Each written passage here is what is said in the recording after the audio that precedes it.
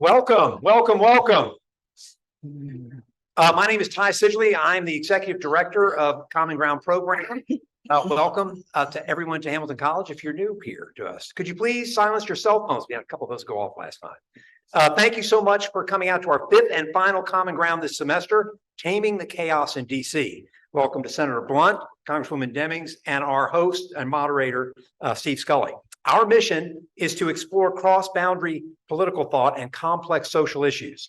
Common Ground brings highly respected thought leaders to the Hamilton campus to participate in small classroom dialogues and large event discussions.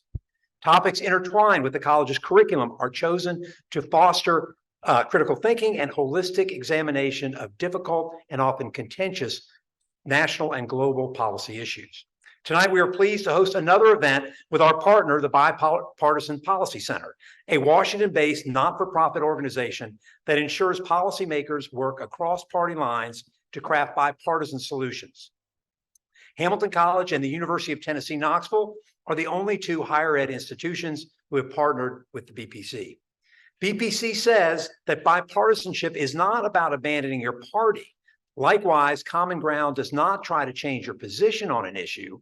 Instead, we want to bring people together to learn about complex issues and highlight differences in a civil way.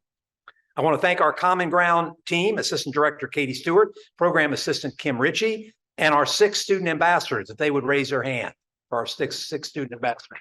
Thank you.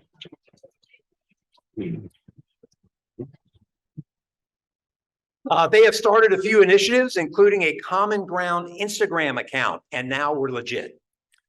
Please follow us at Common Ground HC.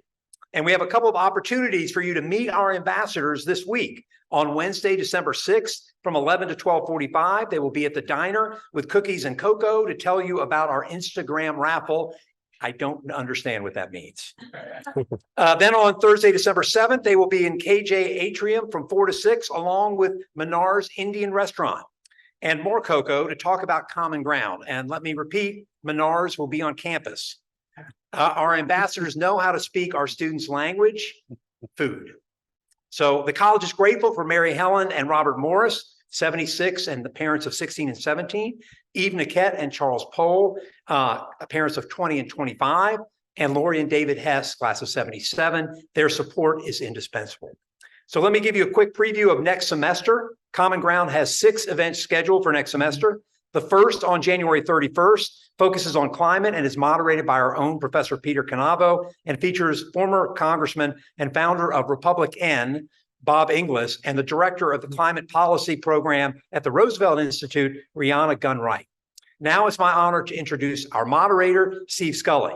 Steve is the Senior Vice President for Communications at the Bipartisan Policy Center. He hosts the Sirius XM show, The Briefing on POTUS Politics channel. Today, he hosted his show right here on the Hamilton campus, interviewing students and faculty. And you. And me, yes. Steve has some judgment issues. Steve has interviewed every president since Gerald Ford. In his 3-decade career at C-SPAN, he has served as political editor, host, and senior executive producer of C-SPAN's programming, including the Washington Journal, Road to the White House series, and its podcast, The Weekly. Steve served 9 years on the White House Correspondents Association, including a year as its president. In 2019, he was named to the Pennsylvania Broadcasters Hall of Fame. And Steve, I might add, was instrumental in starting our partnership here at Hamilton, and I'm so pleased that we have him here this evening. So please join me in welcoming Steve Scully. Ty, thank you. Thank you so much. Thank you.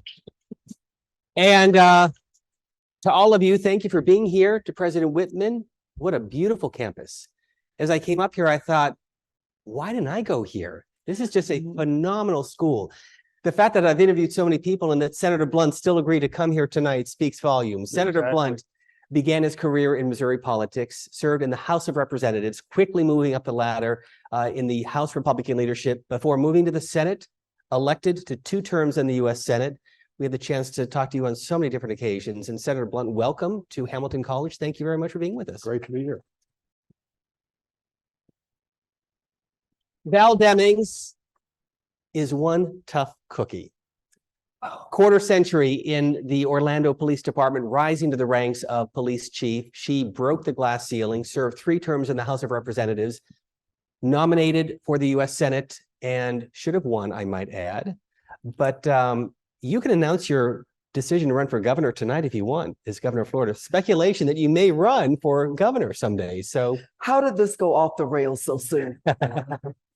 I mean, we might go off the rails before the night is over, but this is like the beginning. Stay focused, Steve. Stay focused. it has truly been a professional honor to get to know both Senator Blunt and Representative Demings. They are both executive fellows at the Bipartisan Policy Center.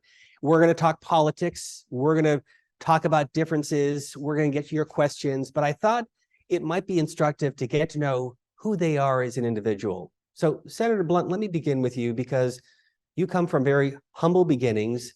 Your dad, a dairy farmer. Tell the Roy Blunt story briefly. Well, my mom and dad were dairy farmers, and so I understand 4 o'clock in the morning in ways that many people don't, and still tend to be up pretty close to 5 o'clock in the morning. Even today. Even today, that's a 365-day-a-year job, 4 in the morning, 4 in the afternoon, with everything you can think of to do in between. What I miss about that kind of work, which I did obviously until I left home to go to school, first person in my family to ever graduate from college. What I miss about that kind of work is you do see what you get done. And we did everything. If a building needed to be painted, we painted the building. If the roof needed to be put on, we put on a roof. If we didn't hire anybody to do anything. And so we sort of knew, my dad pretty good at knowing, and I sort of figured out how to do everything. We didn't do any of it based on the OSHA rules, though. In fact, when my dad died, both me and my 2 older sons who had worked some with my dad, one or another worked into the comments that we made. If you work with my dad, the thing you heard the most often was "watch out," which is not in the OSHA handbook anywhere. But it's just sort of like you're fighting fire all day. You've got so much time and you've got so much to do. And, one thing I learned about that is you almost never have at a family farm, you almost never have exactly the tools you need. So you get the tools you have and you do whatever has to be done. And I think that impacted the way I looked at the Congress. The people who come to Congress, you have any control, very little, if any, control over that. Even if you're a leader in the Congress, you sort of play with whatever hand you're dealt. And then see if you can, what the best result you can get out of that is. And so that was important to me, but also the sense of completion, which I miss.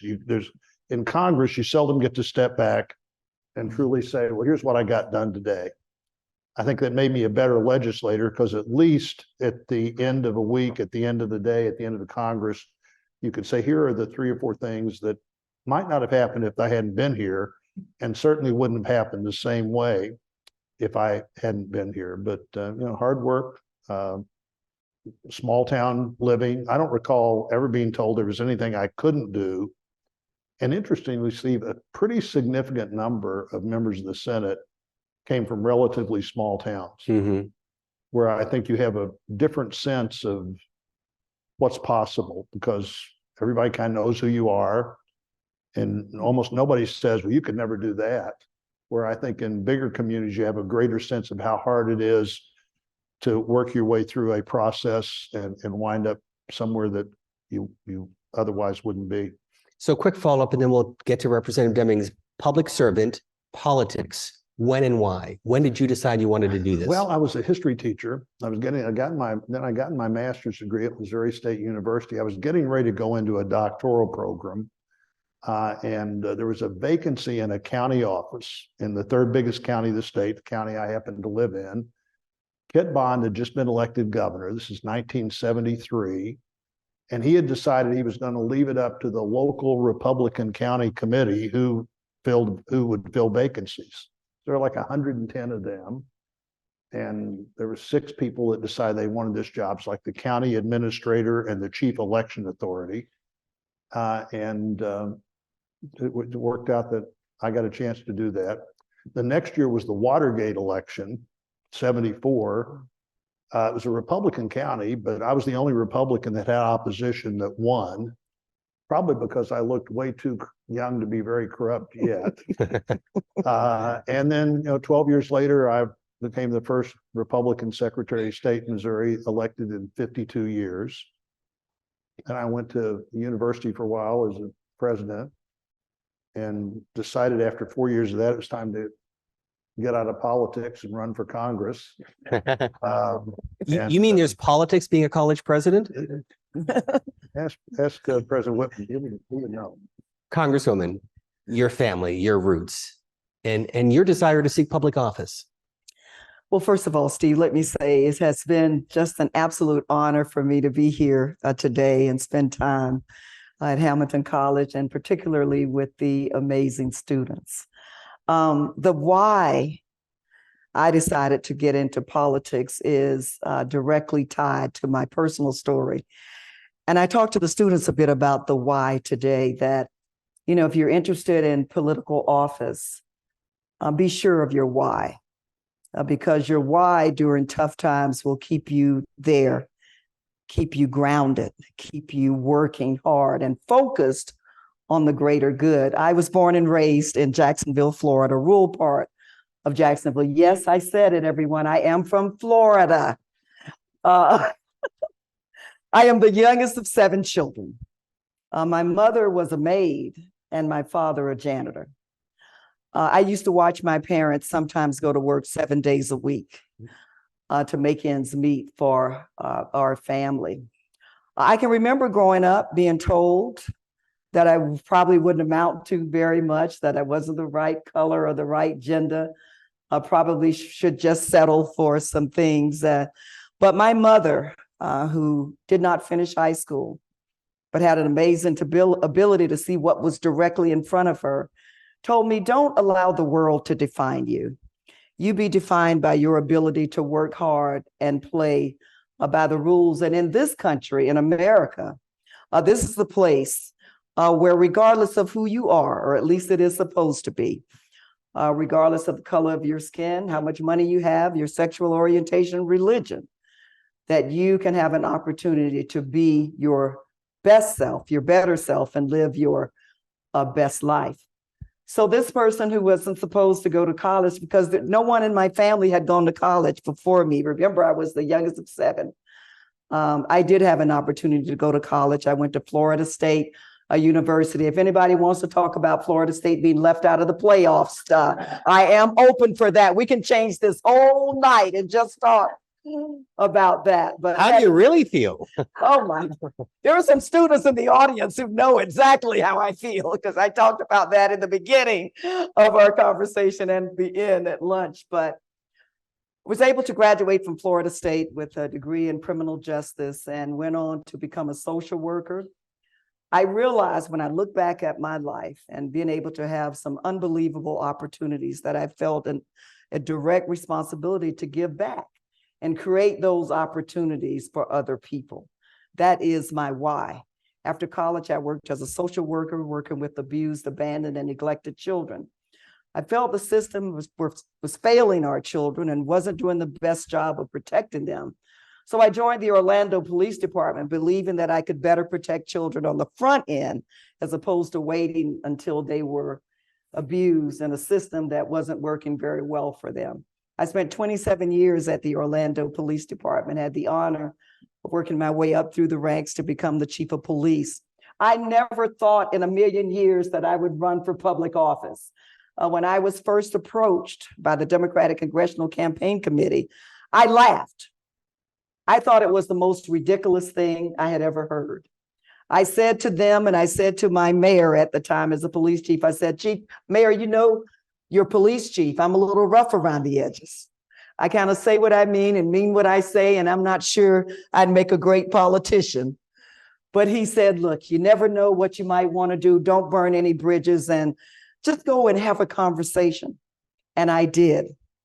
There was one person that I met with in leadership on the Democratic side. Matter of fact, it was then leader Nancy Pelosi. And there were a lot of people talking to me about why I should run, how I would make a great member of Congress. And it was one thing that she said. She said, look, in this country, 1 in 6 children go to bed hungry every night. in a country that we say is the greatest country in the world. If you could do something about that, wouldn't you?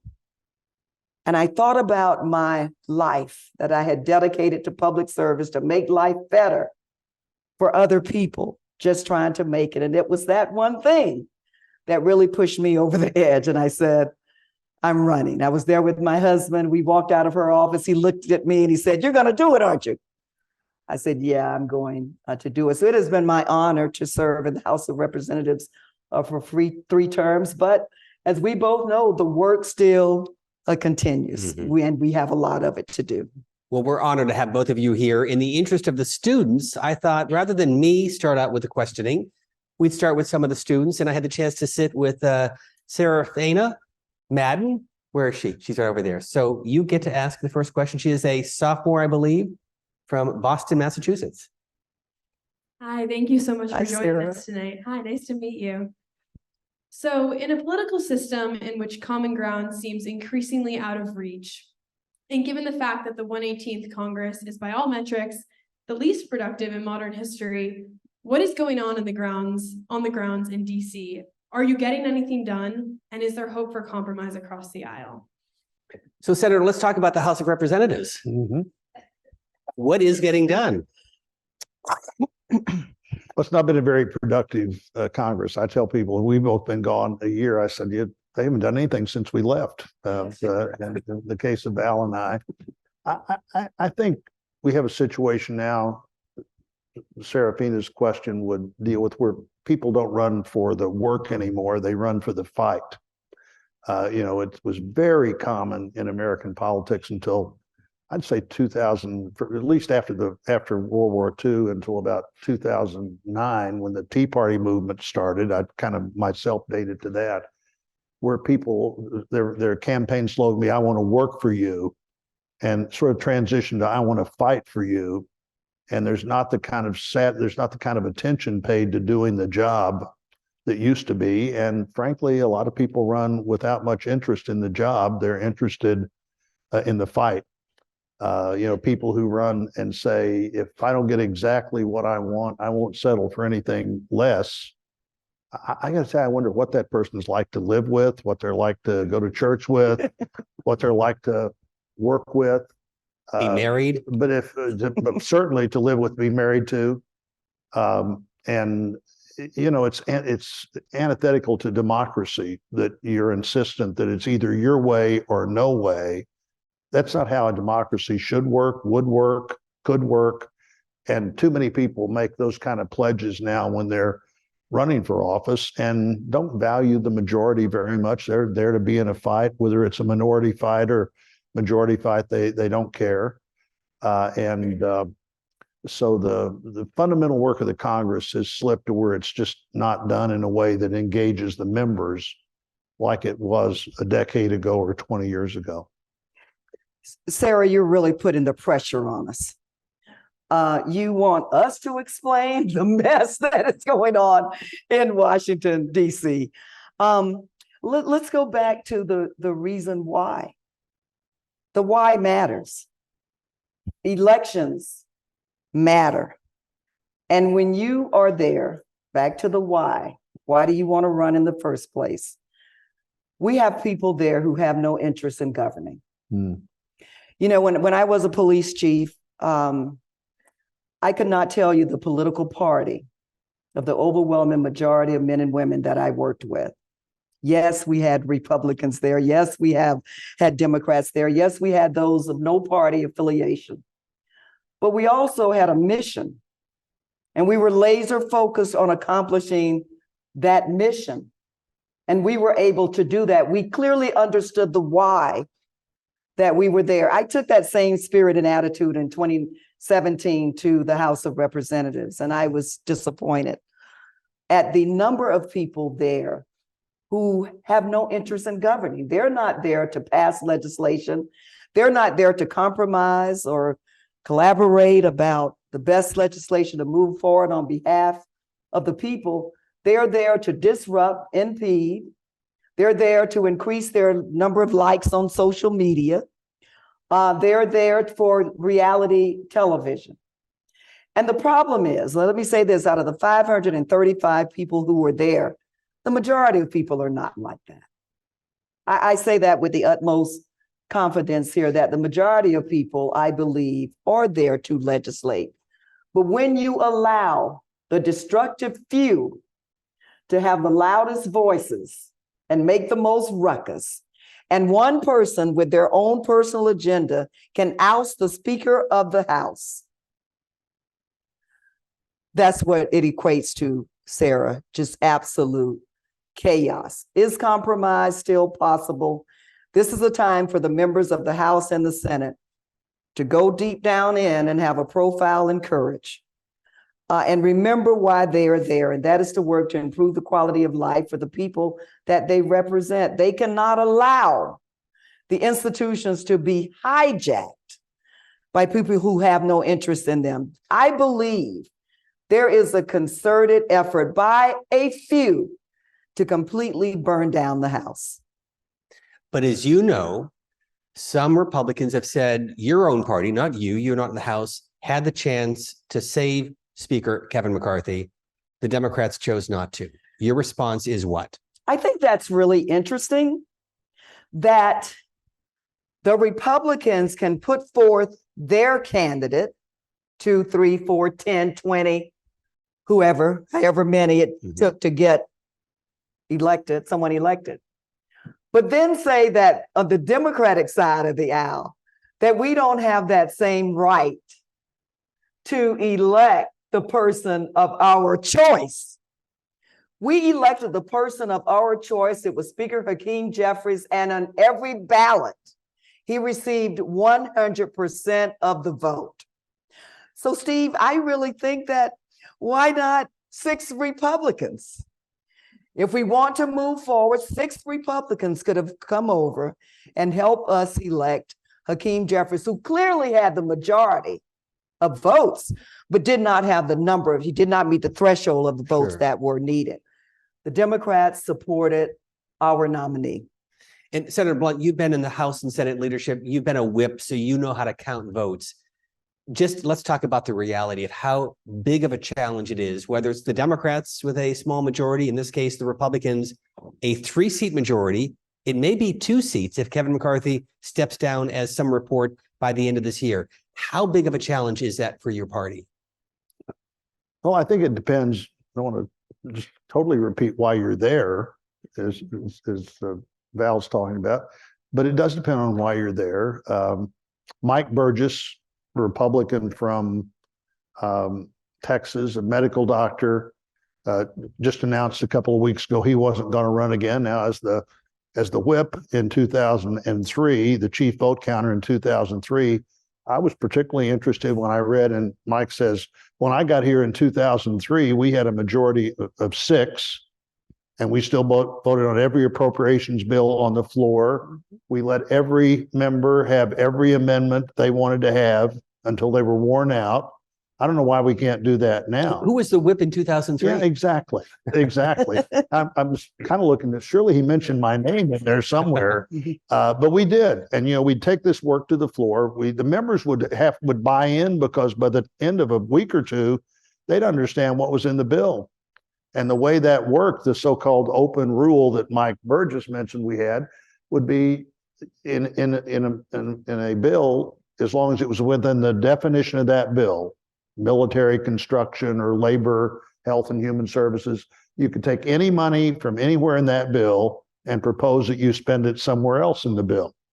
And we would do that on the bigger bill, like the labor age bill that I chaired the last several years I was in the Senate. We would do that for 2 and 3 weeks. The real power of the House always was the power to determine the direction of the country by how you spent the money. Mm-hmm. The power of the purse was the real power, not just of the Congress, but particularly of the House, where tax measures and spending measures had to start. And I think, frankly, the 4 leaders, and I've told every one of this individually and mentioned it many times before my colleagues and before the press, the 4 leaders have developed a system to where they and a dozen staffers control one big bill at the end of each Congress for about a decade now. and it really has dealt the members out of the job. And we're seeing a lot of the results of that right now.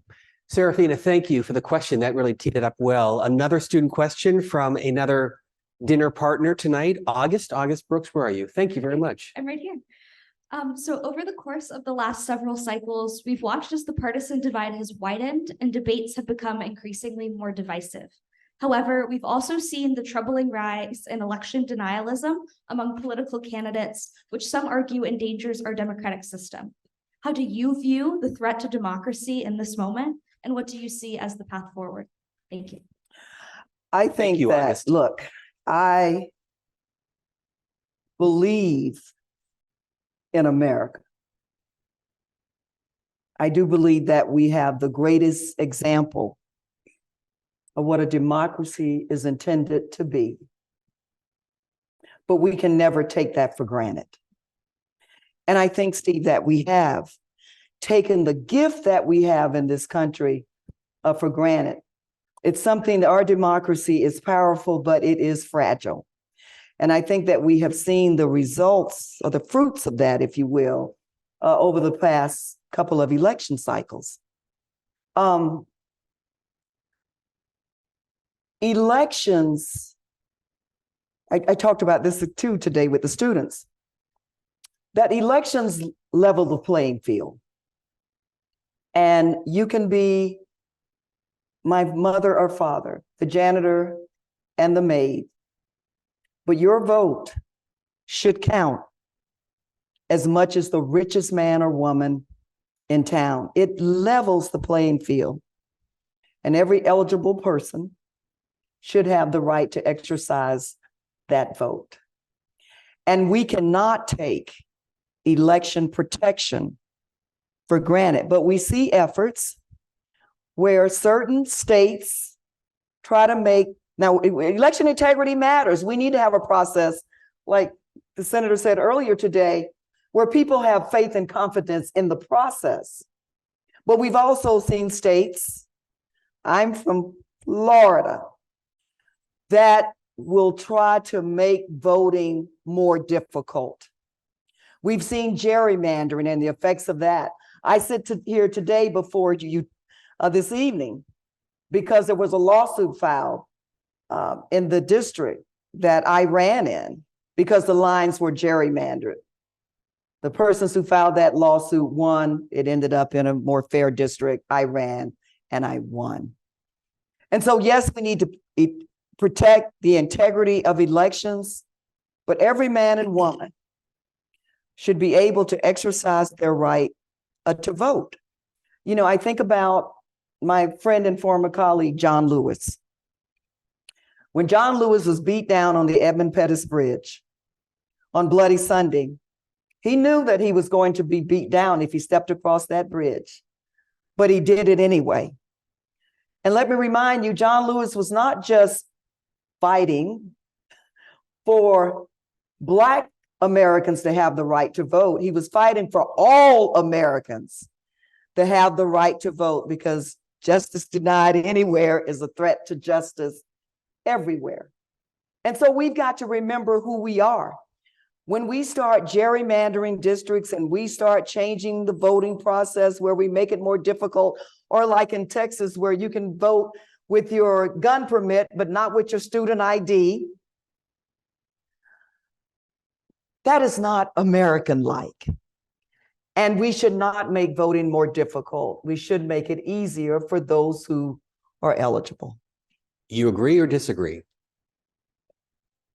Well, I generally agree, obviously, that our voting rights are critically important. I don't agree with a lot of the discussion that is rampant today that the democracy is in danger. I think the democracy is strong. I think the country's strong. I think, quite frankly, we were much more divided in the late 60s over Vietnam, over civil rights, than we are now. But the environment is so different. The media so different. That really fuels a lot of the animosity and honestly the hatred that I think we're seeing in this country. Well, if you want to, I'm more than happy to talk about the media. I think the media is is as shallow right now as it's ever been. It's very broad, not very deep, almost incapable of reporting on issues. It's so much easier to report on the fight than it is to report on issues. One of the reasons that people don't get much job satisfaction in doing the job in Congress is they get no credit for doing the job in Congress. As Val said, 2 dozen people in the Congress get all the attention. Well, there's only one way they get all the attention, and that's if the media gives them all the attention. And they do say outrageous things, and then they become the part of the Congress that gets covered. The lesson everybody else says, well, maybe I need to be outrageous too. And outrageous does not get the job done. There are times in government when you need to have a fight. Occasionally, anger is even a worthwhile tactic, but anger as a strategy is a huge mistake and doesn't solve any problem. You know, in a democracy, you have to figure out how to bring people together.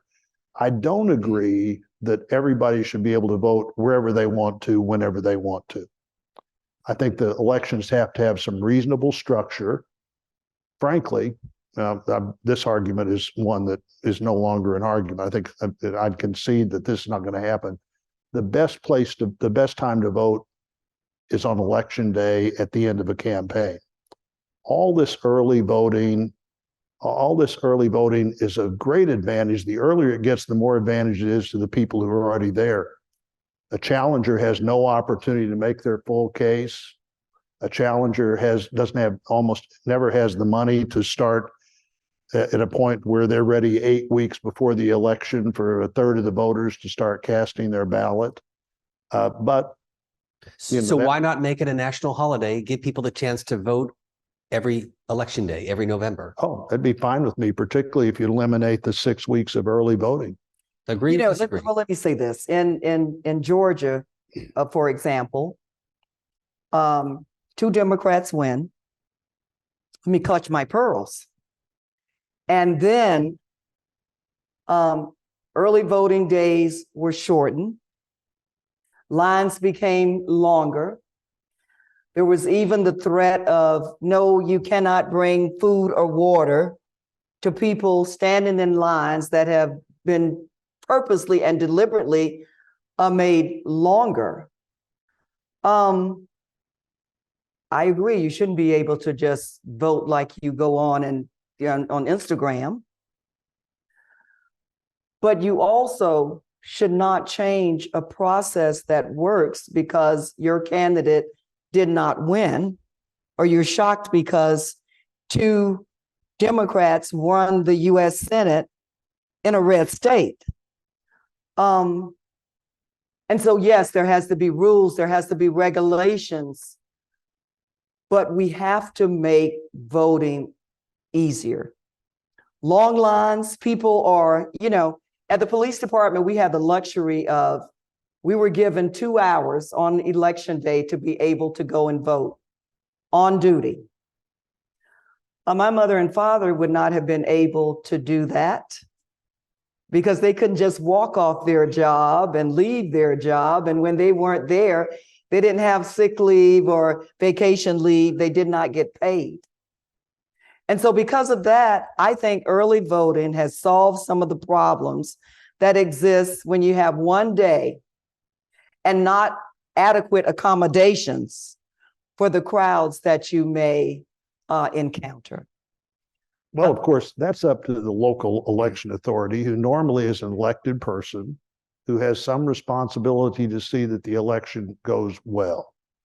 But the Republican front runner, Donald Trump, is saying it should be 1 day a year. That's it. I don't know that he's saying that. He has. I don't pay a lot of attention, to tell you the truth, to what Donald Trump said.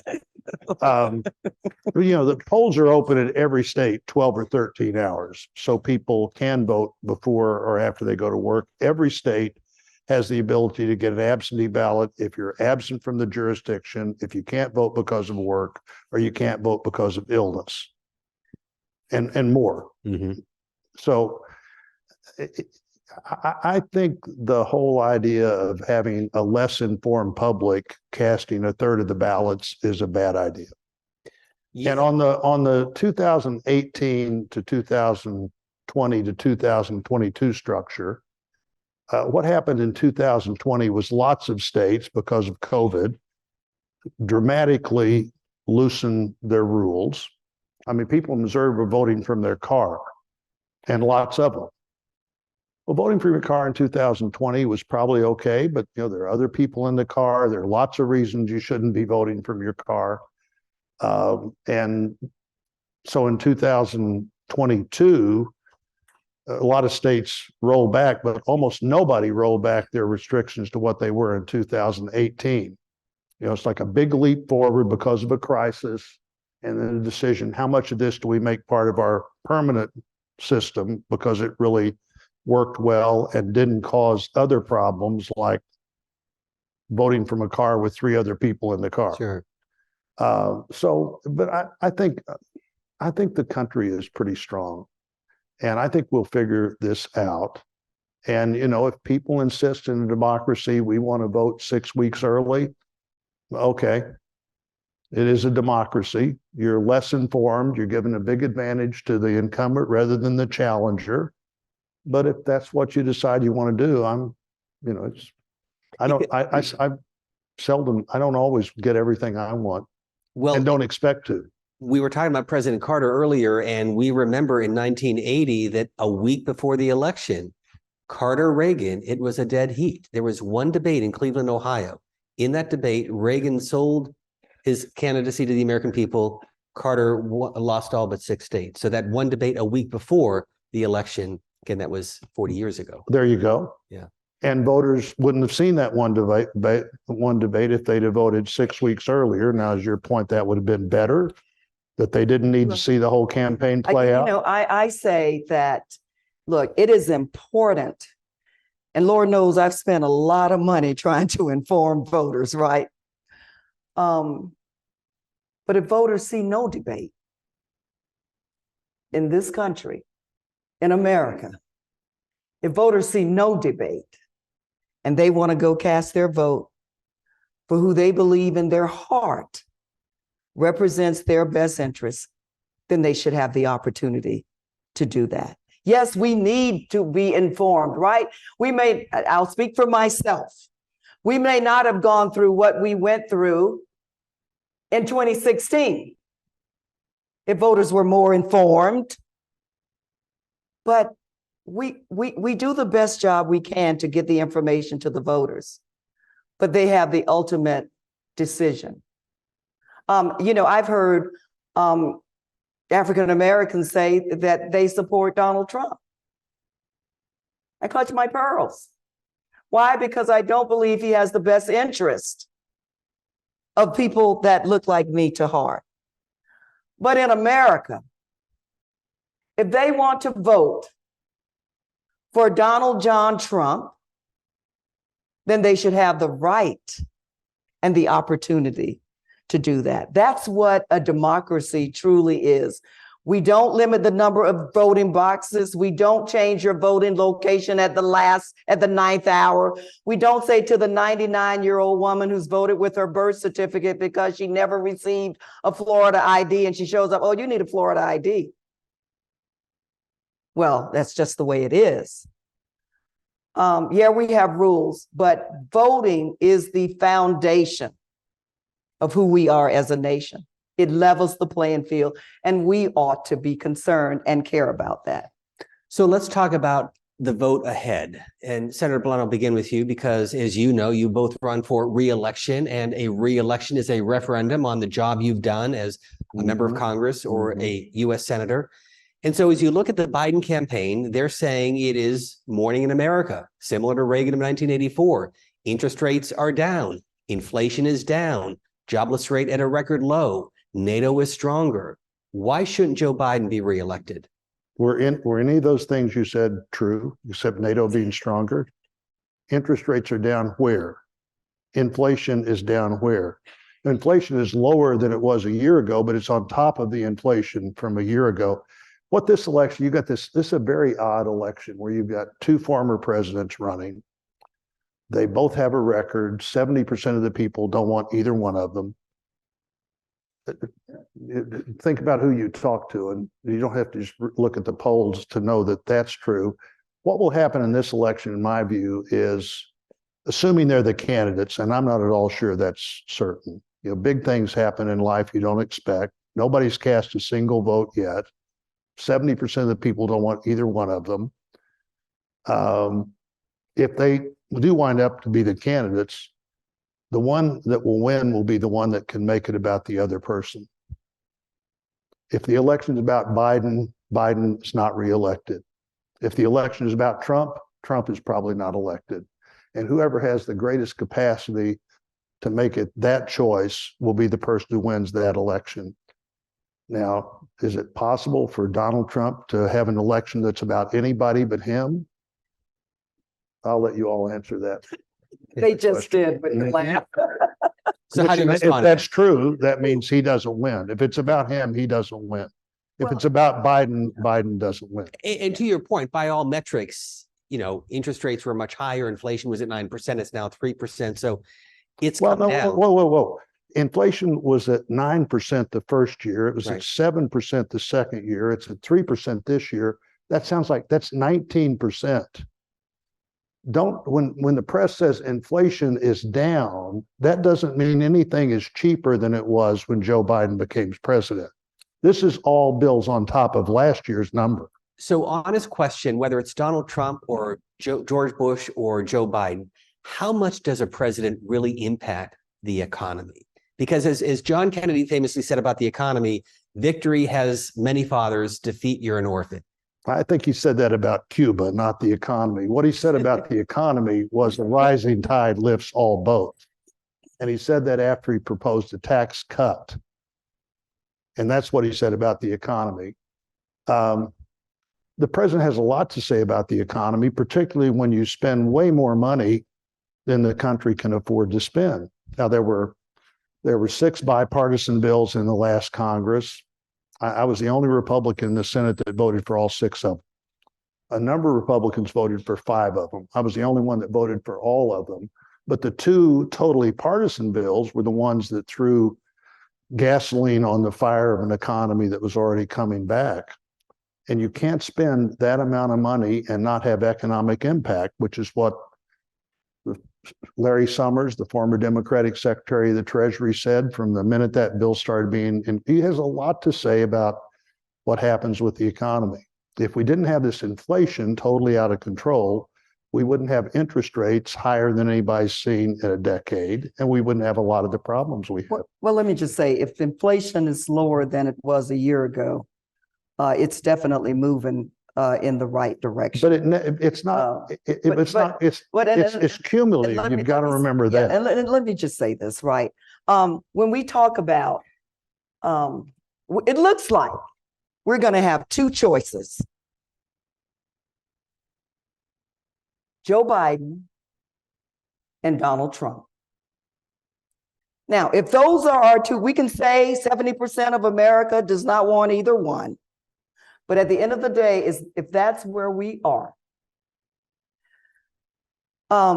before we get into President Biden has been able to pass multiple pieces of bipartisan legislation that we've been talking about for decades. Insulin is capped at $35. I think that matters. There has been the most aggressive investment in our environment and protecting our environment than we have ever seen in the history of this country, ball moving forward, right? If those are our 2 choices, he should be reelected because he's been able to get things done. Does he control the price of gas? No, but look, the president's going to get credit for it, or he's going to get blamed for it either way. All right. When we talk about our deficit, yes, we are spending more money than we have. But Donald Trump added $8 trillion to our deficit. These are our choices now. Looks like we're going to have 1 or 2. So what do? I would on any day vote for a person of honor, decency, and integrity who supports the men and women of our military, because we're able to be in this room tonight in peace and have this very wonderful discussion, because the men and women in the military are keeping our borders and our shores safe. Honor, decency, and integrity matters. There are no alternative facts. Alternative facts are lies.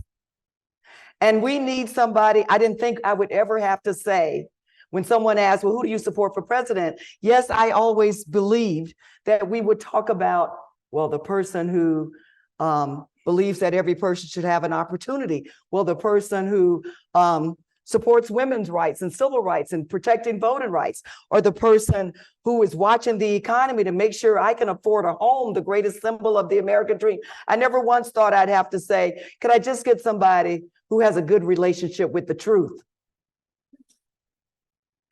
Could I just get somebody who believes honor and decency matters? Could I just get somebody who's not trying to tear down the institutions in this country? It's a great strategy. If you tear down the institutions that we have faith and confidence in, like our courts, like the Department of Justice, like Congress, then I guess you can just have a dictatorship. No, we might not have the two. 70% of America says they don't want either one. Well, look, I believe in America. But if those are the two that we have, give me 2 ballots so I can vote twice for Joe Biden. You want to respond? No, not really. I mean, it's the Bipartisan Policy Center. It's not the Nonpartisan Policy Center. So at the end of the day, you figure out what you could agree on. And Val's absolutely right. Some bipartisan bills passed in the last Congress, and I voted for every one of them. Thank you. I think people have a hard choice to make here because they've got 2 candidates that they don't like. And it may come down to that, may not. I think big things happen in life you don't expect. And, if one of these guys is not the candidate, suddenly their party has a huge advantage, I think. And it might work out that way, might not. Who knows? There are plenty of reasons why it could work that way. But I will say one more time, if the election's about the border, if the election is about the economy, the president does not get reelected. If the election's about Donald Trump, I don't think he gets elected. So it's a matter of both sides are going to try really hard to make it about the other side. I think President Trump will have a harder time making it about the other side than President Biden will. It's a unique situation that we haven't had in 100 years in this country. The last time a president ran against a president that had defeated them was Grover Cleveland. And we weren't there for that. I guess 1888. It was a similar period, though, the history teacher, of divisiveness in the country where the Congress was changing all the time. In the last 12 elections, in the last 24 years, the last 12 elections, either the House, the Senate, or the White House has changed parties 10 times. There's not a similar period in the 20th century, in the 21st century, where that happened. And that creates incredible competition. You take a media that doesn't cover the issues very deeply, and people that now get their media wherever they want to get it and get further and further into the corner they're inclined to be in anyway. It just creates a disruptive political system, but in a strong country. And I think we work our way through it. Let me ask you about the border, because that is one of the most contentious issues today. President George W. Bush said it was his biggest regret that he could not get that through. Why is that so hard? So September the 10th, 2001, I was at the White House. Vicente Fox was there. George Bush was there. They'd worked pretty closely together. President of Mexico, governor of Texas. They were really close to updating the border structure. By noon on September the 11th, the next day, that had all sort of gone away, and we went through a period where it was hard to even talk about the border. I think a lot of the border is really easy to solve. The dreamers, absolutely no way in the world we should be talking about sending kids back to a country they were born in who grew up here. Lucky to have them, should want to have them. It's good for the demographics of the population, good for the economy, and not incidentally, the right thing to do to let kids stay. And I think there's a bipartisan majority. There's a 60-vote majority in the Senate. There's a majority in the House. If we could ever take that bill to the floor, but somehow both parties seem to have gotten wrapped around the idea that if you can't solve these problems one at a time, you have to solve all of them, which for 25 years has meant we solved none of them. And I think looking at what's solvable there would actually be in the spirit of the Bipartisan Policy Center. Let's find the things we can agree on. Let's not hold everything else hostage at the border. The asylum system is not working. Nobody thinks the asylum system is working. And, you know, I told some people at dinner tonight, one of my views, even as a whip in the House, has been, look, there are about 3 questions here that there may be 4 by now, but they were, how do you secure the border? What are the legitimate workforce needs of the country? And what do you do with people who either came illegally or stayed illegally? And it was about half and half at the time. People who'd come on a visa and they decide this is pretty good. We're staying here. But then generally we're productive parts of the society. The best 218 House members, that's the majority in the House, the best 218 House members to figure out how to secure the border are not the best 218 House members to figure out how do you determine the legitimate workforce needs of the country. And neither of them are probably the best 218 House members to figure out what do we do with people who came illegally? What do we do with people who stayed illegally? How do you let people stay in the country that you should want to let stay in the country? I think you have to divide this up and do something about it. I know you can't continue to have 9,000 people a day crossing the border. And every American mayor that has dealing with this problem apparently agrees with that now, that you can't have people come into the country without a job, with a court date that's 3 to 6 years ahead of the time that you're going to decide whether they meet the asylum standards or not. It's just not working. And it's a legitimate expectation of your government that your government can control its own borders. That's one of the ways you define whether you have a real country and a real government or not. The government controls the borders. You know, But can you take the politics out of this? no. And well, you can, but will you? The dreamers, I think many times we don't get things done in politics because we start with what we disagree on. And if we start where we disagree, we're not going anywhere. Exactly. Fast, You find right? you find the places you agree and Start building on that. Start with where you agree.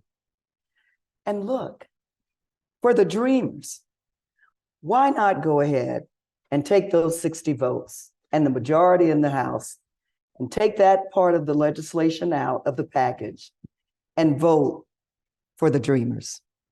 Can you imagine the emotional state of what they have gone through in this project? We're much better than that. Let's get that out of the way. But Steve, I really do believe that, look, we've had Republican administrations, we've had Democrat administrations, and yet we've had nothing significant done with the border. And I believe that because it is a political football. And we weaponize it, using the border as the weapon against the party, the other party, or against the president, right? So both parties. Both parties have been in charge. Yep. But we still have done nothing significant with the border. And when the party goes out of the majority, then they start pointing the finger at the other party. Look, they have done nothing to fix the border. I think we need to look at some of the reasons why people are coming here in the first place. And I know it was one of the things that it was in the vice president's initiative to really look at some of the abuses in Mexico, some of the things that were going on, and try to figure out why people are coming here in the first place. The border is the border. Is there a crisis at the border? Of course there's a crisis at the border. Is the system broken? Of course it's broken. I mean, we hear that every day when we look at the numbers of people coming forth. Do we need to improve our asylum system? Yes, we do. But remember, it is the law that people seeking asylum have a right to seek it here. Mhm. But how do we make it more efficient? How do we make the system more efficient? Boots on the ground, we have to secure our border. We are a nation of laws, right? But we're also a nation that is compassionate. And so I believe if we have not fixed the border or made it better because there has not been the political will to do that. If there were, we would take dreamers out. Let's vote on that. But if we tie it to something that bogs down the system or is impossible at this point to get done, that's where you want it. You're there because that's exactly where you want to be. I do think more places are feeling the pain of what's happened because of the border. And so you suddenly have a bunch of northern mayors like Mayor Adams in New York saying, we can't continue, we can't sustain this. But these people have been going to Florida, they've been going to Texas. That apparently is okay for the Florida taxpayers and the Texas taxpayers to do this. But once you begin to spread it out a little bit, mayors and governors began to say, no, well, this is a real problem now that we've got Democratic mayors. We've got Democrat. Now that we've got 18 immigrants on Nantucket, or 18 immigrants on wherever. We can't sustain that. I think there's a general sense that goes beyond just the party out of power. But with that we've got to do something here. We talk about using people as political pawns. Well, brilliance of Florida. When we take Florida taxpayers' dollars and fly migrants from Texas to New York City, or we fly migrants to Martha's Vineyard and tell them that there's going to be people there to help you and things are going to be okay. And they get there in the middle of nowhere. Political pawns. That's shameful. That's not a reflection of who we are as a nation. And the bottom line is everybody that crosses the border, look, I worked in law enforcement for 28 years, is not a criminal. And sometimes it makes us easier to fool ourselves like they're just a bunch of criminals and we don't want them here. There are legitimate people who cross the border who are fleeing the worst abuses that are unimaginable for us in this country, but we need a system that works. That's what compassion and that's what humanity really looks like. Well, nobody's more compassionate than we are. And nobody allows more people to come to the country for asylum than we do. But one of the rules of asylum is you're really fleeing because of fear, not because of economic opportunity. The first safe country is the country you're supposed to make an effort to stay in. You can't go through 5 safe countries and get to the United States and say, I was afraid for my life in wherever I was from, wherever I went to next, wherever I went to after that, wherever I went to before I got here. Well, just in my conversation with Ty about Utica, New York, which is embracing immigrants coming in from across the world to really make that city a more vibrant place, not too far from here. We want to get to your questions, so we will get to student St. Louis, questions. Missouri. There are more Bosnians in St. Louis, Missouri than any other country. I think St. Louis has more Bosnians than any city in Bosnia. So how does that work? And by the way, get in line for the questions. We'll get to them. What is the city doing? They were very open about it for about 15 years, 20, back to where really Serbia, Bosnia had the problem. They began to say, we'd love for you to come here. And a huge and a major Bosnian community because they were welcome. Where does the Blunt family come from originally? Before we went to England with William the Conqueror, you mean? And how about your family? Oh my gosh, Steve, are you serious? Where did we come from originally? You mean after my ancestors came from Africa? My father's roots are in South Carolina, and my mother's roots are in Florida. Student questions, where are they? Anyone in the back? No questions? This is unbelievable. Oh, right over there. Yes, please, go ahead. Yep, you have the microphone. We're answering all the questions here. This is incredible. So as you look at the state of American democracy, Somebody back over here. Where? Do we have somebody? Yeah, please go ahead. And there's a man here too. Oh, great. One of the guys. Yeah, go ahead. Yeah, just grab the mic. One thing that has not been said about the immigrant problem is what it's referred to is the demonization. I want to give you one person's name. It's Alberto Quiñones, who jumped the fence, picked vegetables in California, who went to high school. He got noticed by somebody, sent him to Stanford, sent him to Harvard Medical School. He is now the leading neuro-oncologist and neurosurgeon in the United States. Wow. These people contribute and no one is saying. Oh, I don't think that's right. I don't think that's right.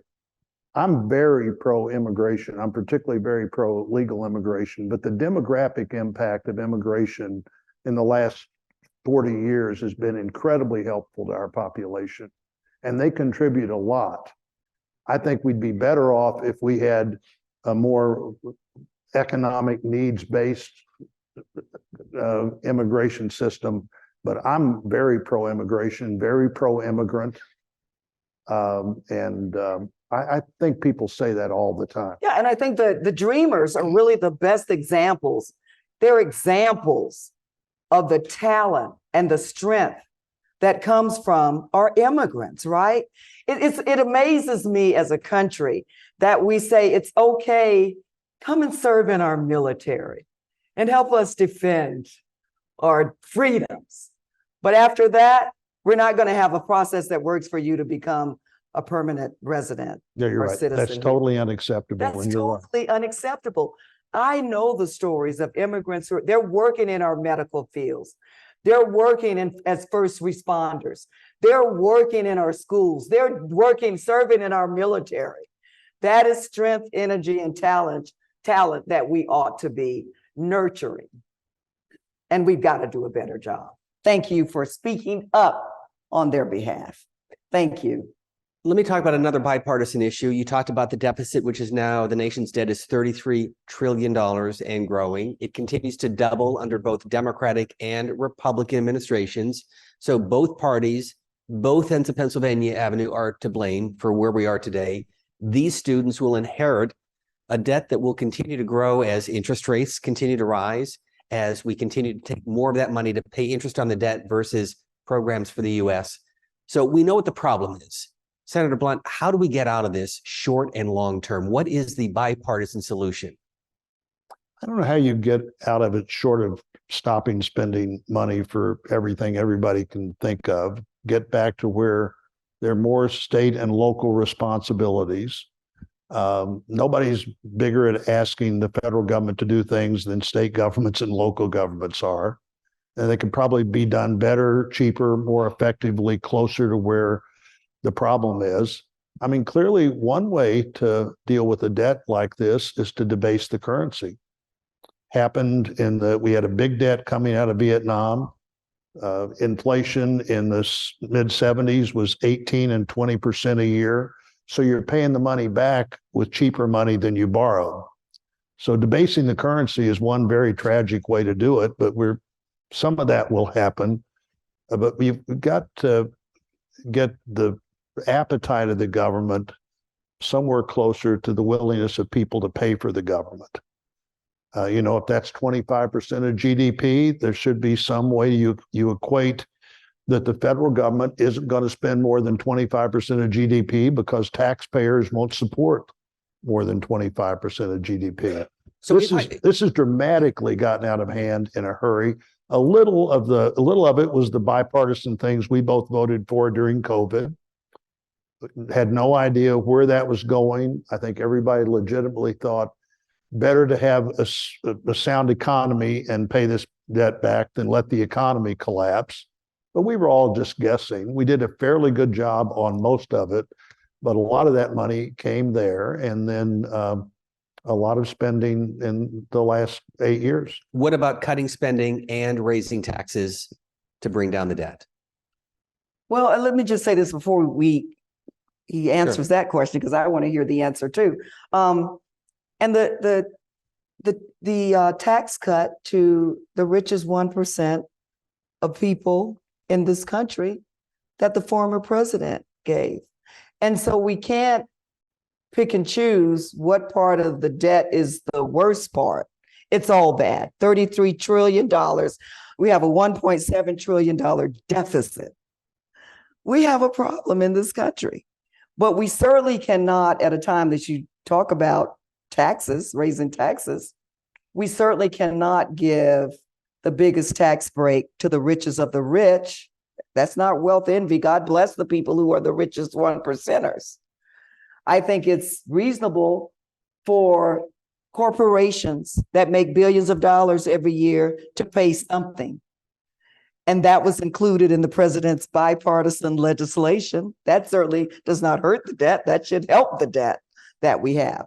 But I agree, we've got to do something about And the it. tax cuts, the Trump tax cuts are up again in 2025. Is that right, Senator? Right. So what other solutions are there? Because yes, you can cut spending and that is going to do something, but it's not going to make the biggest difference, will it? Well, part of the spending you have to cut is the spending and the money that's spent not by anything Congress does, but by the definitions for programs. Medicare, Medicaid, Social Security. Absolutely. These are not programs that we don't all know people who are on. And they're programs that you have to adjust at some point to the realistic lifespan of people, which is a lot different than it was when Lyndon Johnson went to the Truman Library to sign the Medicare bill in 1968, 1967 or 68. Mm-hmm. What Reagan and O'Neill agreed to do in save Social Security in a way that nobody was really impacted by because they had plenty of notice that this is going to happen. That's where the real money is being spent. 30% of the money is voted on by Congress every year. The other 70% is on automatic pilot. And that's going up much quicker than the other spending. The national debt, that debt is not dependent on the money that Congress votes on. The annual deficit is too big, but that's not what's growing the debt. It's these programs that nobody is willing to adjust to the realistic view that now you're going to live a whole lot longer than 65. When Social Security was put in place, nobody lived to be 65. Virtually nobody lived long enough to collect Social Security. You had 32 workers for every person collecting. Now you have 2 workers for every person collecting. And there's only so much you can expect the next generation to do. So you've got to look at those programs as well. And if you adjust far enough in advance, there's not a single person here who feels like they were impacted in a way they couldn't deal with by the 1982 decision that by 2020, Social Security is going to go up 2 more years. And those dates are close. They're not exact, but they're close. A 60-year phase-in of a 2-year increase of Social Security really did a lot to dramatically save Social Security. And I'm not for raising taxes. I've never voted to raise a tax. I'm not for raising taxes. We could have a big argument about this if we wanted to, but there's more income under the tax cuts than there was before the tax cuts. But we're not there to deal with this. Congress has to deal with this in 2025. And if it's a divided Congress, I think there's some likelihood that the 2017 tax cuts go away. And, that's how democracy works. Yeah. I won't be there. Val might be there. You might be reporting on it. But Congress gets to deal with this pretty quickly. 2025 will be in a hurry. And if those tax cuts are so bad in a democracy, make the case that they're bad and decide not to extend them. Yeah, because it takes a White House, a House, and a Senate to extend those taxes. That's right. And otherwise you go back to the tax policy in 2016. Yeah, when the American people hear that, well, we've got to do something, and you're absolutely correct. Roy, Social Security and Medicare, we don't want it to be in trouble. We want people who have worked hard and earned that money to be able to receive it, to help take care of themselves. I certainly want it, I won't mind, okay? But it's tough when they hear, well, let's do these things to Social Security and Medicare, or we're looking at raising your taxes, blue collar worker, and the richest people get a tax break. It's and the most- been a and the most long time. productive It's been a- corporations pay no taxes at all. It's- So the bottom line is what I'm saying is that we have to do a better job in talking to the American people. Because, you know, my mother used to say a budget is a reflection of your values. We hear that all the time, right? And so if we're looking to cut programs that people depend on and raise the taxes of blue collar workers, which I don't propose that either, Right. then people are saying, hey, wait a minute, Congress, is your budget a reflection of your values? Or that obviously means you don't care about me, people on retirement or blue collar, people that have to go to work every day. We've got to do something though. I have two final questions, but is there another question from any of the students? If so, get them a mic. Yes, please go ahead. Thank you. Good evening. Thank you so Good much evening. for coming tonight. My question is, what long-term effects do you foresee the current political climate having on young people in terms of their political engagement and trust in democratic institutions? Before you answer that, among the students, how many were old enough to vote in the last election? And how many of you voted? Midterm 2022. Oh, And how many will vote in 2024? Very good. You trained them well, President Whitman. So do you want to answer that? I think the answer to that question is that there's not much incentive right now. If you're a young person looking at politics as something you want to pursue, we've done about everything we could to disincentivize it. The atmosphere, the willingness of people to say things about each other that are unreasonable to be said about other people, used more often than not true. Maybe they're true enough that you could say, well, that's true, but you really know it's not true.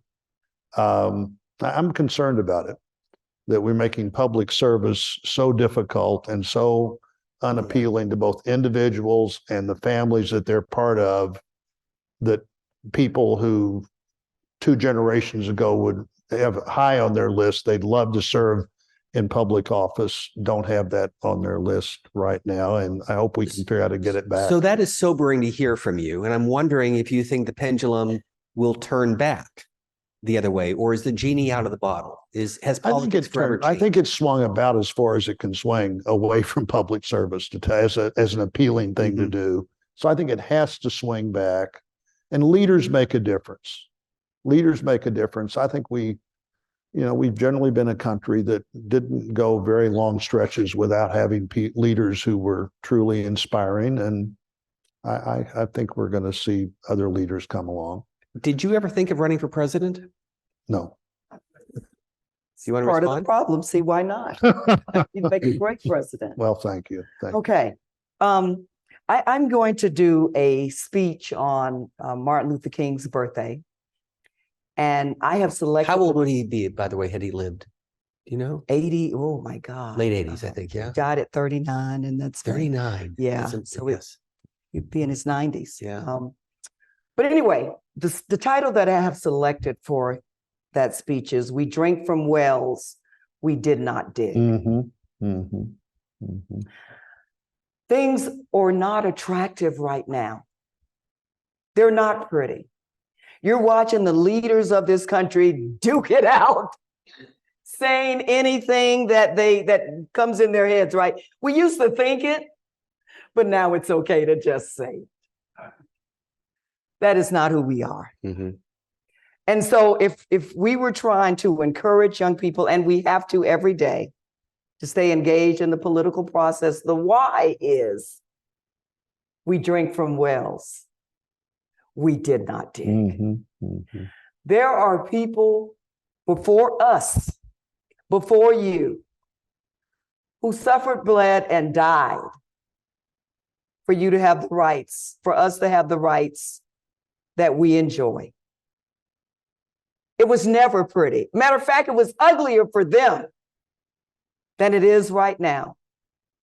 The women's rights movement, women were tortured and jailed, women in their 20s, so that we could have the right to vote and not be treated like second-class citizens.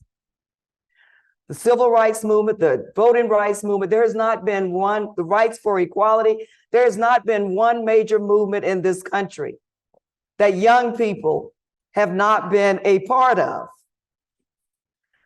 We needed you and we will continue to need you. Look, we're passing the torch.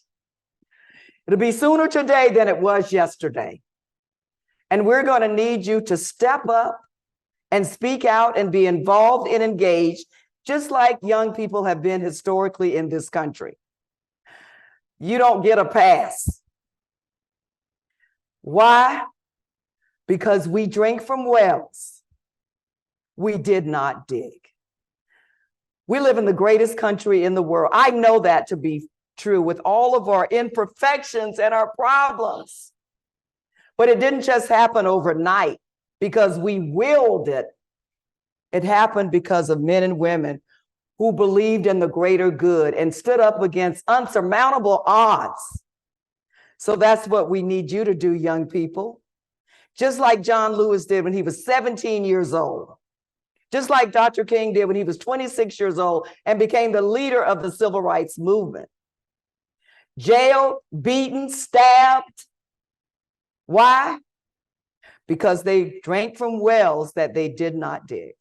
So we don't have a choice. You don't have a choice. We need you.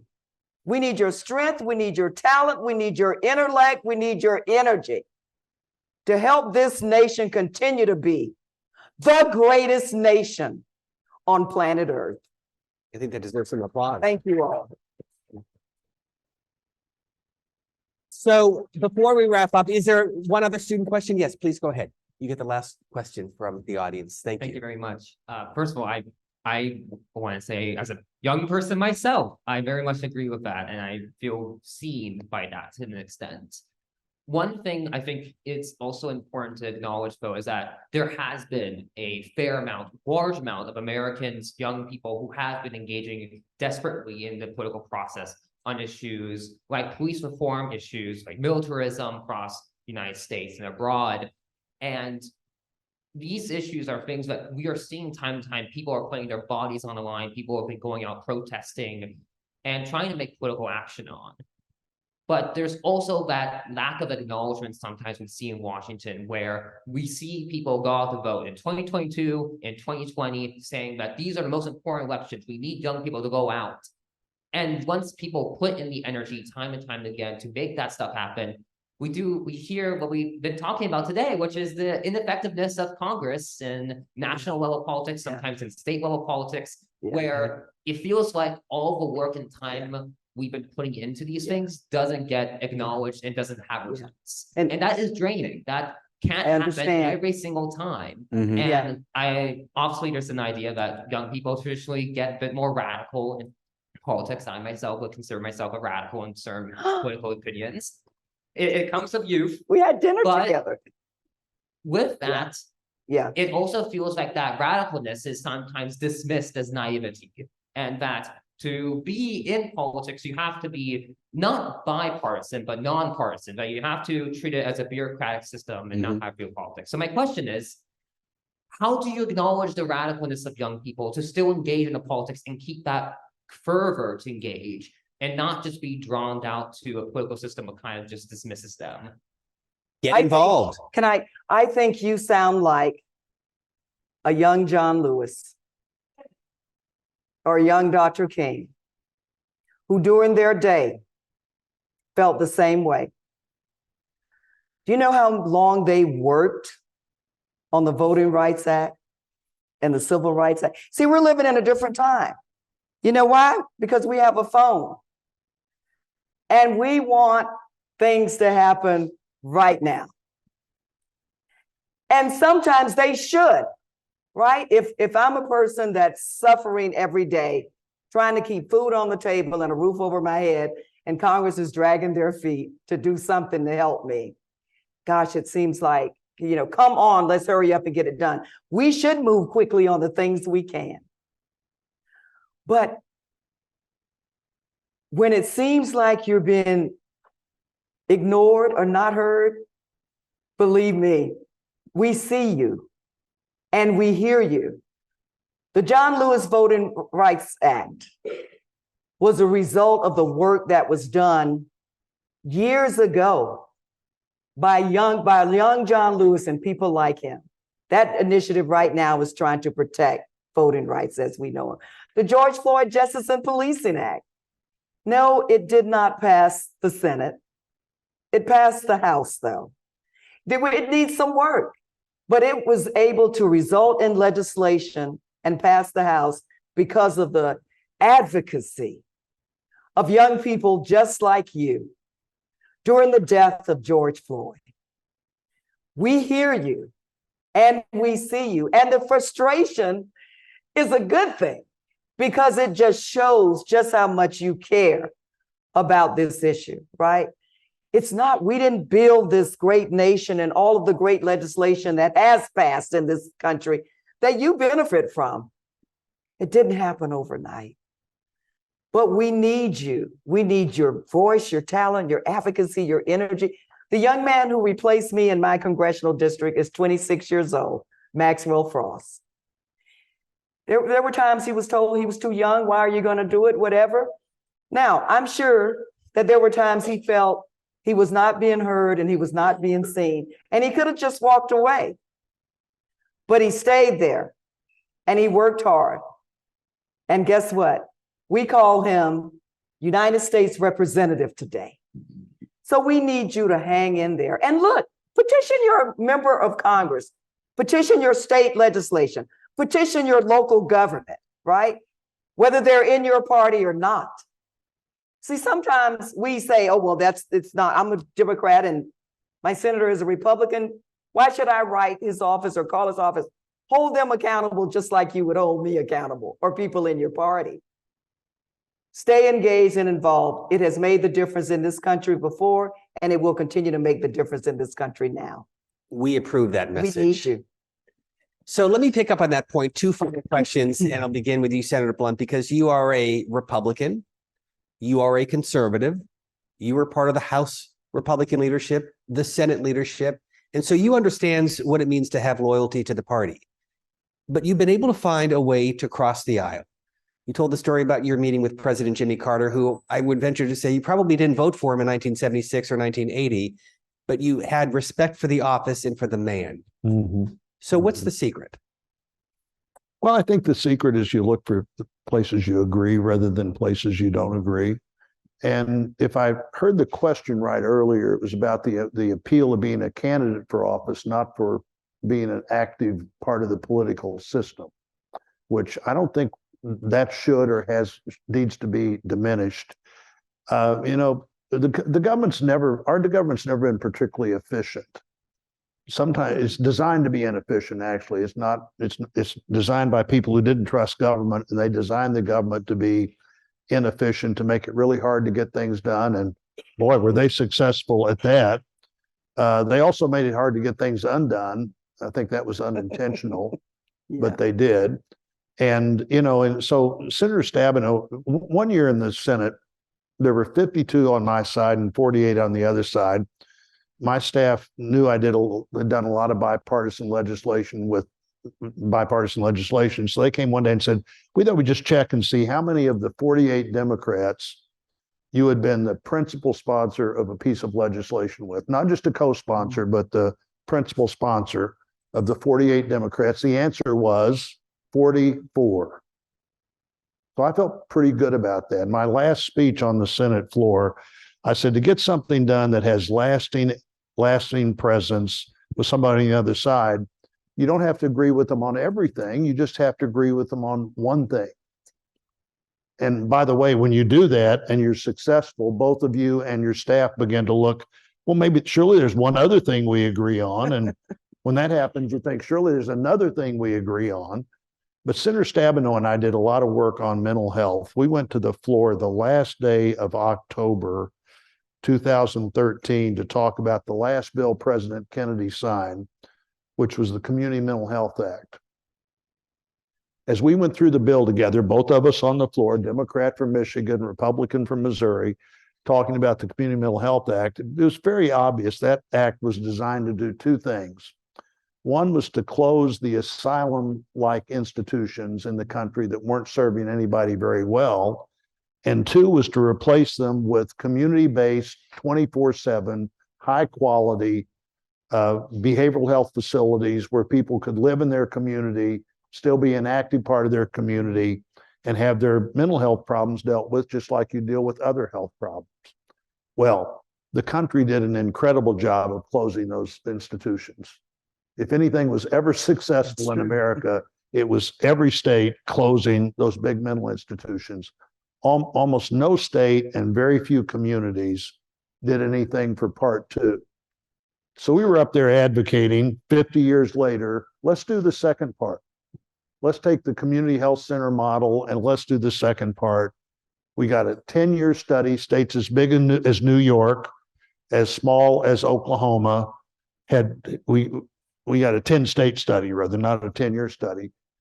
They were all proving that actually when you deal with people's mental health problems, their other health problems are more, you save more dealing with their other health problems than you spend dealing with their mental health problems. So 10 years later, we're still working, we're chipping away at this a little bit every single Congress. 10 years later, we have this tragedy in Uvalde, Texas, where the school shooting. The biggest single spending part of the bill we agreed on was to make a pathway for the other 40 states to do what the 10 states that we've been watching for almost a decade had been able to do. And that was the biggest single spending part. So the mental health community this year is celebrating that for the first time after 60 years after the bill was signed, the government finally has a plan to do what they said 60 years ago they were going to do. So it can happen. It can happen. It takes time. It takes patience. It takes the ability to listen to people who have different ideas, figure out how you take those ideas and come together and solve problems. And that's how things work in a democracy. So I want to conclude with you. I love stories, Governor Deming. Representative Deming. I'm sorry, that was a slip of the tongue. That's where we started. Stay focused. But you told me the story a few weeks ago when we were together, and I thought it was just so fascinating. I think this audience would be in for a treat. What is it like to be vetted for vice president? Look, it was the strangest process that I had ever gone through. Look, first of all, let me say to get that call and to be considered for vice president of the United States was such an honor. Remember my story that I told you at the beginning of our time together, of the daughter of a maid and a janitor. That's what the American dream looks like, right? It was a complete, total invasion of my life. I spent more hours a day with the committee than I cared to. They asked me everything from my earliest memory, like if I could remember being 3 years old or 4 years old, what were you doing? And what do you remember? And now let's move forward, right? We had a lot of years to go through. Every place I've ever lived, as the police chief, I used to be the public information officer for the police department. So I've done a lot of interviews, and they watched whatever interviews they could find. Wow. They watched all of my interviews as a chief. They read every speech I'd given. They asked me about my pastor's sermons. I wonder where they get that question from. And they listened to some of my pastor's sermons. There was one that in particular that they asked me about. And they said, were you there that Sunday? I said, no, but don't tell my pastor that, okay? And then they went to my family, my husband, my children, had hours and hours of interviews. that when they were introduced to my sons, they then said, give us your social media passwords. So young people, be careful. Don't post everything, right? Because it can come, now, they were fine. I had to wipe my brow, right? They were fine, but social media, you apply for certain positions, they're going to look at your social media. Don't let that be the reason that holds you back. The vetting, they asked for 20 years of tax returns. I said, look, when you get 1 year of tax returns from President Trump, come back to me, okay? I'll give you, but Steve, it was such an honor. It was such an invasion of privacy. And every time I would complain, they would say, but Val, you're being vetted for Vice President of the United States. I said, okay, let me remember that. Great process. It was such an honor. And I don't know if I'd want to do that again, though. Quick minute for both of you. Your message to the students, begin with you, is what? What should these students know after this conversation tonight? Politics, public service, and our democracy. I think they should know that our democracy is strong, that democracy is not easy, and nobody gets everything they want. You get the last word. The greater good. Never forget the greater good. It is not all about you. We need you, but you've got to believe in something greater than yourself. And if you do, and stay focused on that, and all of the greatness that you bring to the table, we're going to be just fine. Our democracy one day, it is right now, but when you become the leaders of tomorrow, it's going to be in your hands. Take care of it. President Whitman, Ty, to the entire staff, to Katie, to all of you and all who came. Senator Blunt, thank you very much for being with us. We're graced with your presence. Congresswoman Demings, it was a pleasure. Thank you very much. Thank you. Thank you.